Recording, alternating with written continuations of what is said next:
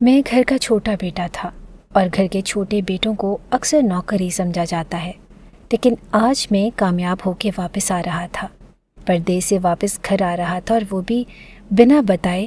مجھے پتا تھا کہ سب سے زیادہ خوش میری ماں ہی ہوگی۔ گھر میں میری بھابھی بھی تھی، بھابھی کے بچے بھی تھے، اور ان کے لیے بھی بہت سارے تحفے لے کر آیا تھا، اور اپنے بھائی کے لیے بھی۔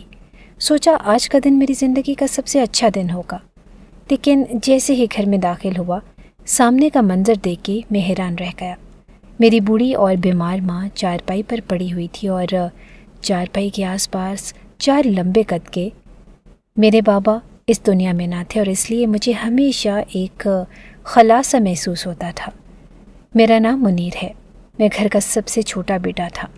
میرے ایک بڑے بھائی تھے جن کی شادی ہو چکی تھی، اور گھر میں پہلے ہی معاشی تنگی تھی، اور اوپر سے بابا کا سایہ نہ ہونا جیسے زندگی کو اور بھی مشکل بنا رہا تھا۔ میرے چاچو ایک دن ہمارے گھر آئے۔ انہوں نے کہا کہ اب جب کہ تم لوگ یتیم ہو گئے ہو تو میرا فرض بنتا ہے کہ تمہارے لیے کچھ کروں۔ انہوں نے ماں سے کہا کہ میں تمہارے ایک بیٹے کی نوکری دبئی میں لگوا سکتا ہوں۔ دبئی کا نام سن کر ماں کی آنکھوں میں امید جگمگا اٹھی، جیسے برسوں بعد کوئی روشنی دکھائی دی ہو۔ ماں نے کہا کہ یہ تو بہت اچھی بات ہے۔ انہوں نے کہا کہ بڑے بیٹے کو بھیج دیتے ہیں، اور وہ سمجھدار ہے، کام کے معاملات سنبھال لے گا۔ جیسے ہی یہ بات میرے بھائی اور بھابھی کو پتہ چلی، بھابھی نے منہ بنا لیا اور کہا کہ ابھی تو ہماری شادی ہوئی ہے اور آپ میرے شوہر کو مجھ سے دور کرنا چاہتی ہیں۔ میرے بھائی نے بھی کہہ دیا کہ میں نہیں جانا چاہتا، ابھی شادی کو چند مہینے ہی تو ہوئے ہیں، میری بیوی میری پسند کی ہے اور میں اس کو چھوڑ کر نہیں جا سکتا۔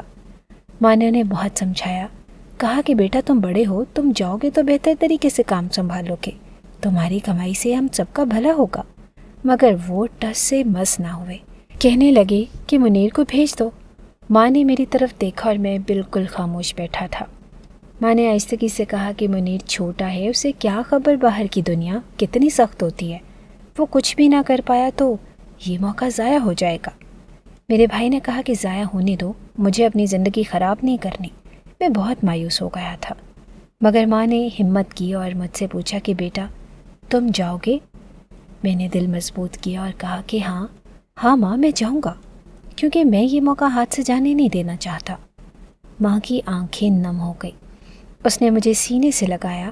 میرے چاچو نے سمجھایا کہ وہاں بہت سخت محنت کرنی پڑتی ہے، سورج آگ برساتا ہے، گرمی میں دن رات پسینہ بہتا ہے، ایک ایک کمرے میں 4 لوگ رہتے ہیں، اپنا کام خود کرنا پڑتا ہے، کپڑے خود دھونے پڑتے ہیں، اور کھانا بھی اکثر باہر کا کھانا پڑتا ہے۔ دل گھبرا سکتا ہے، مگر میں نے دل میں تہیہ کر لیا تھا کہ اب پیچھے نہیں ہٹنا۔ کپڑے دھونا تو دور کی بات، میں نے آج تک اپنے جوتے تک خود نہیں صاف کیے تھے، مگر میں نے اپنی سوچ بدل لی۔ میں تیار ہو گیا، ماں نے میرا سامان باندھا اور میرے سر پر ہاتھ رکھا، مجھے سینے سے لگا کر دیر تک روتی رہی۔ میرا دل ٹوٹ رہا تھا، مگر میں نے چپ ساتھ لی۔ کچھ دن کے بعد میری روانگی تھی۔ ماں مجھے خود چھوڑنے آئی تھی، اور بس اڈے پر میرے ہاتھوں میں دعاؤں کا تحفہ تھمایا اور کہا کہ بیٹا خود کو کبھی اکیلا مت سمجھنا، تمہاری ماں ہر پل تمہارے ساتھ ہے۔ دبئی پہنچ کر جیسے دنیا ہی بدل گئی، ایک اجنبی ملک جہاں سب کچھ نیا اور اجنبی تھا، دن بھر سورج کی آگ میں مزدوری، رات کو پسینے سے بھیگا ہوا بستر، ایک کمرہ جس میں 4 لوگ رہتے تھے، نہ ذاتی جگہ نہ ذاتی وقت، اپنی باری پر غسل خانے جانا، کپڑے دھونا، بازار سے سستا کھانا کھا لینا، وہ بھی کبھی اچھا کبھی خراب۔ انہی کھانوں کی وجہ سے کچھ ہی مہینوں میں میرا معدہ خراب ہونے لگا۔ درد بڑھا تو پتہ چلا کہ السر ہو چکا ہے، مگر کام چھوڑنا ممکن نہ تھا، کیونکہ میں جانتا تھا کہ میری محنت سے ہی ماں کی دوا ہو رہی ہے، گھر کا چولہا چل رہا ہے اور بہنوں کی پڑھائی جاری ہے۔ میری بھابھی ماں بن چکی تھی، ایک بیٹی اور ایک بیٹے کی خوشخبری ملی، دل خوشی سے بھر گیا۔ چاچو بننے کی خوشی عجیب تھی۔ میں نے ان کے لیے تحفے بھیجے، کپڑے، کھلونے، مگر خود واپس نہ آ سکا، کیونکہ میرے اوپر قرض تھا جو کام پر آنے سے پہلے لیا گیا تھا۔ تاجر سے ایڈوانس لیا تھا جس کا حساب برابر کرنا ضروری تھا۔ میری ہر تنخواہ کا بڑا حصہ قرض اتارنے میں جاتا اور جو بچتا وہ ماں کے لیے بھیج دیتا، خود کے لیے کچھ نہیں رکھتا۔ وہ سال بہت کٹھن تھے، تنہائی تھی، تھکن تھی، یادیں تھی، ماں کی آواز سننے کو دل تڑپتا،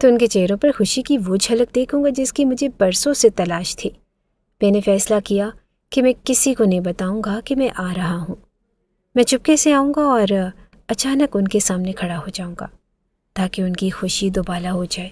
یہ خیال میرے دل کو بڑا سکون دیتا تھا اور میں تصور کرتا تھا کہ جیسے ہی میں دروازے پر پہنچوں گا ماں کی آنکھوں سے خوشی کے آنسو بہنے لگیں گے، بھتیجا میرے گلے لگ جائے گا، بھائی حیرت سے مجھے دیکھے گا اور شاید بھابھی بھی پہلی بار مجھے نام سے پکارے گی۔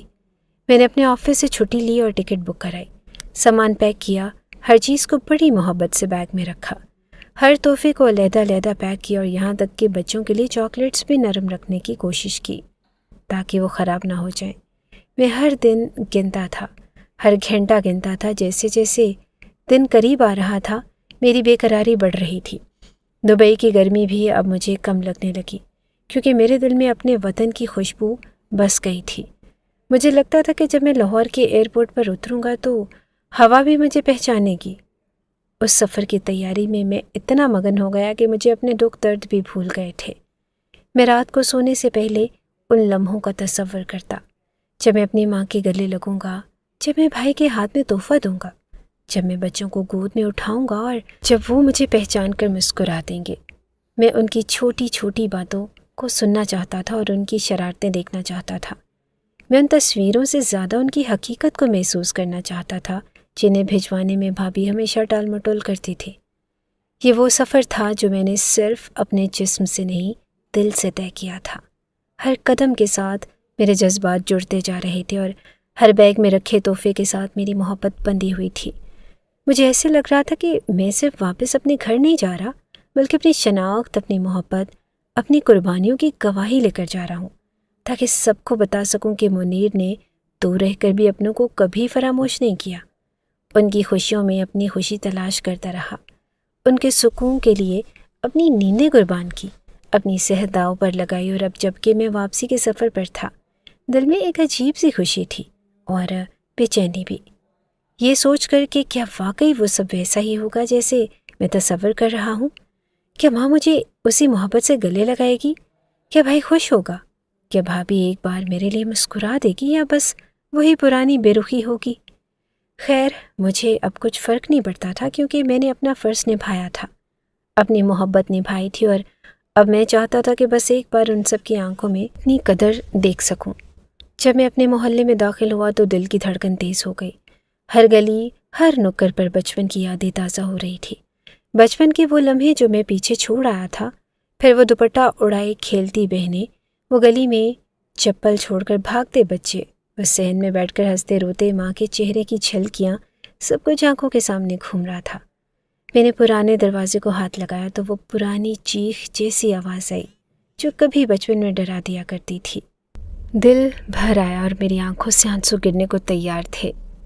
میں جیسے ہی صحن میں داخل ہوا، سامنے کا منظر دیکھ کر میرے قدم رک گئے، سانس تو جیسے سینے میں اٹک گئی، میرے وجود میں ایک لرزہ سا دوڑ گیا اور میری ماں، میری جان، میری زندگی کی سب سے عظیم ہستی چارپائی پر پڑی تھی، برآمدے میں دھوپ کے نیچے، ایسے جیسے کوئی بے قدر پرانی چیز ہو گئی ہو جنہیں گھر والے پرچھائیاں سمجھ کر چھت سے اتار کر باہر پھینک دیتے ہیں۔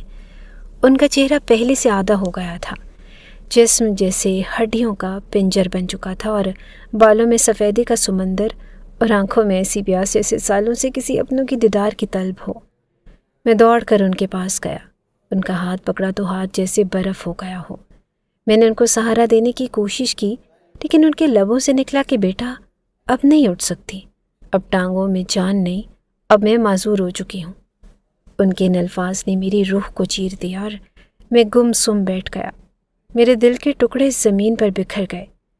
میں نے پوچھا کہ ماں یہ سب کیسے ہوا؟ کون ہے جو تجھے یوں دھوپ میں ڈال گیا؟ پر ماں نے خاموشی اختیار کر لی، ان کی آنکھیں بول رہی تھی اور وہ خاموش چیخیں تھیں جنہیں صرف بیٹا ہی سمجھ سکتا ہے۔ مجھے یقین ہو چلا تھا کہ یہ سلوک کوئی اجنبی نہیں کر سکتا، ماں کو اس حال میں ڈالنا اپنے خون کے سوا کوئی نہیں کر سکتا۔ میں نے نظریں چارپائی کے ارد گرد گھمائی، ہر طرف بکھرا سامان، کوئی چادر پھٹی پرانی، کوئی دوائی کی خالی بوتل، کوئی ٹوٹی ہانڈی۔ یہ سب دیکھ کر لگا کہ ماں یہاں کب سے زندہ لاش کی طرح جی رہی ہے۔ میں اندر گیا تو بھابھی سامنے آ گئی، ان کے چہرے پر نرمی نے نفرت کے نشان تھے، جیسے میں ان کی خوشیوں میں زہر گھولنے آیا ہوں۔ میں نے ان سے پوچھا کہ بھابھی یہ کیا حال کر رکھا ہے ماں کا؟ تو وہ ناک چڑھا کر بولی کہ بیمار ہے، جراثیم لگتے ہیں، میرے 2 بچے ہیں، ایک ساتھ بیمار ہو جائیں گے تو کیا میں ماں ہوں؟ کیا میں نہ دیکھوں اپنے بچوں کی صحت؟ کیا تم چاہتے ہو کہ میرے بچے بھی اس کے جیسے ہو جائیں؟ اس نے اشارے سے میری ماں کی طرف دیکھا اور میری برداشت کی حد ختم ہو گئی۔ میں نے کہا کہ یہ عورت تمہاری ساس ہے، اس گھر کی بنیاد ہے، جس پہ تم بیٹھی ہو، تمہیں شرم آنی چاہیے کہ تم نے اس عظیم ہستی کو دھوپ میں ڈال دیا۔ میری آنکھوں میں خون اتر آیا۔ میں نے کہا کہ بھائی کہاں ہے، اس کو بلاؤ، وہ کیوں کچھ نہیں کہتا، وہ کیوں خاموش ہے؟ بھابھی نے کمر موڑ لی اور جیسے کچھ سنا ہی نہیں، اور کمرے میں جا کر دروازہ بند کر لیا۔ میں برآمدے میں بیٹھ کر ماں کے سر پر ہاتھ پھیرتا رہا اور وہ خاموش تھی۔ ان کے چہرے پر سکون نہ تھا، جیسے برسوں کا دکھ ہو، جیسے ہر رات تنہائی کے ساتھ گزاری ہو، جیسے ہر دن بے قدری میں کٹا ہو اور شام ہونے لگی، سورج کی روشنی کم ہونے لگی، لیکن میرے اندر کا اندھیرا بڑھتا جا رہا تھا۔ شام کو دروازہ کھلا اور میرا بھائی گھر آیا۔ مجھے دیکھ کر ٹھٹک گیا، جیسے کسی مجرم نے گواہ دیکھ لیا ہو۔ میں نے پوچھا کہ بھائی یہ سب کیا ہے؟ تمہاری ماں اس حال میں کیوں ہے؟ اس نے نظریں چراتے ہوئے کہا کہ کیا ہو گیا ہے، یہ میرا گھر ہے، جیسے بھی رکھا ہے ایسے ہی رکھا ہے، تمہیں کیا تکلیف ہے؟ میں نے کہا کہ تمہیں یاد ہے جب تم مجھ سے ہر ماہ پیسے مانگتے تھے کہ ماں کی دوائیوں کے لیے بھیجو، میں تب بھیجتا رہا، تمہارے بچوں کے لیے کپڑے بھیجے، گھر کے لیے سامان بھیجا، لیکن آج تم کہتے ہو کہ یہ تمہارا گھر ہے، ماں کا گھر نہیں۔ بھائی کے چہرے پر کوئی ندامت نہ تھی، بلکہ اس نے اونچی آواز میں کہا کہ اگر اتنا ہی دکھ ہے تو اٹھا لے اپنی ماں کو اور یہاں سے نکل جا۔ میں سن ہو گیا تھا، جیسے دل پر کسی نے ہتھوڑا مارا ہو۔ میں نے کہا کہ کیا ماں بوجھ ہو گئی ہے؟ کہ اس کی ممتا کی کوئی قیمت نہیں بچی؟ کیا اس نے ہمیں بچپن میں ایسے ہی دھوپ میں ڈالا تھا؟ میرے بھائی نے تلخی سے کہا کہ یہ عورت بستر پر کھاتی ہے، بستر پر کرتی ہے اور ہر جگہ گندگی پھیلا دیتی ہے، گھر کو جراثیم خانہ بنا دیا ہے، اسے یہاں نہیں رکھ سکتے۔ میں نے کہا کہ اگر تو نے گھر کو پاک کرنا ہے تو دل کو پاک کر، پہلے ضمیر کو جگا، پہلے اپنی روح کو انسان بنا اور پھر گھر کو پاک کرنے کی بات کر۔ میرا ہاتھ کانپ رہا تھا، میں چاہتا تو اسے مار سکتا تھا اور میرا جسم طاقتور تھا۔ میں جذباتی تھا لیکن ماں کی خاطر چپ رہا، اور میں نے دیکھا کہ ماں کی آنکھوں سے آنسو بہہ رہے تھے۔ وہ کچھ کہنا چاہتی تھی لیکن زبان ساتھ نہیں دے رہی تھی۔ میرے بھائی نے آخری وار کرتے ہوئے کہا کہ بس کر لے تماشا، بہت ہو گیا، اب نکل یہاں سے اور اسے بھی ساتھ لے جا۔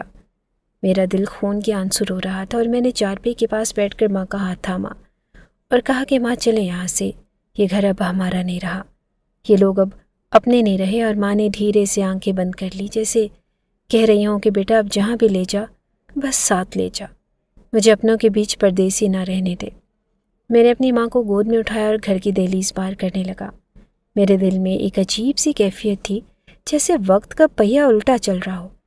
میری ماں جو کبھی اس گھر کی زینت تھی، آج بے بسی کی تصویر بنی ہوئی تھی۔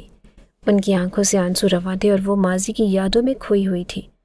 یہ وہی گھر تھا جہاں وہ دلہن بن کر آئی تھی اور جہاں انہوں نے اپنی زندگی کے بہترین لمحات گزارے تھے، لیکن آج وہی گھر ان کے لیے اجنبی بن چکا تھا۔ جب ہم دہلیز سے باہر نکلے، اچانک اندر سے بھابھی کی چیخوں کی آواز آئی۔ میں فوراً ماں کو ایک کرسی پر بٹھا کر اندر کی طرف دوڑا۔ سامنے کا منظر دیکھ کر میں حیران رہ گیا۔ بھابھی پنکھا آن کر رہی تھی، لیکن شاید اس میں کوئی خرابی تھی اور انہیں کرنٹ لگ گیا۔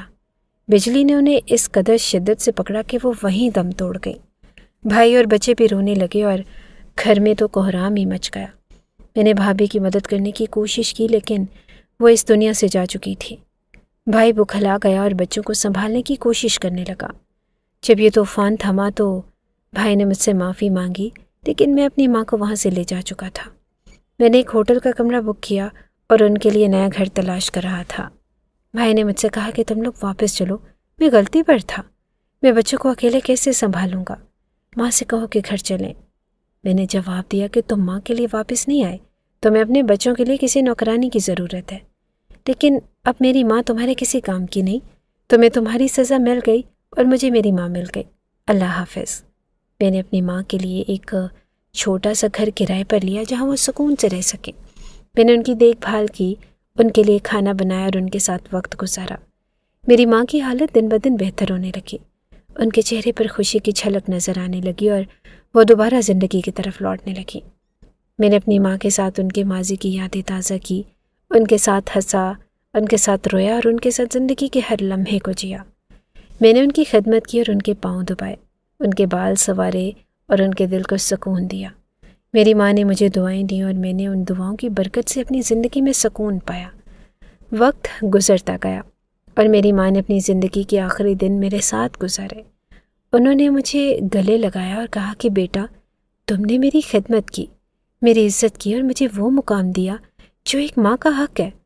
اللہ تمہیں دنیا اور آخرت کی کامیابی دے۔ میں نے ان کے ہاتھ چومے اور ان کی آنکھوں میں آنکھیں ڈال کر کہا کہ ماں، آپ کی دعائیں ہی میری کامیابی کی کنجی ہیں۔ میری ماں اس دنیا سے رخصت ہو گئی، لیکن ان کی یادیں، ان کی دعائیں اور ان کی محبت ہمیشہ میرے ساتھ رہیں گی۔ میں نے ان کی قبر پر پھول چڑھائے اور دعا کی، یا اللہ میری ماں کو جنت الفردوس میں اعلیٰ مقام عطا فرما اور مجھے ان کی خدمت کا صلہ عطا فرما۔ ماں کی خدمت اور ان کی عزت کرنا ہماری اولین ذمہ داری ہے۔ ماں کے قدموں تلے جنت ہے اور ان کی دعائیں ہماری دنیا اور آخرت کی کامیابی کی ضامن ہیں۔ ہمیں چاہیے کہ ہم اپنے والدین کی خدمت کریں، ان کی عزت کریں اور ان کے ساتھ حسن سلوک سے پیش آئیں تاکہ ہم دنیا اور آخرت میں کامیاب ہو سکیں۔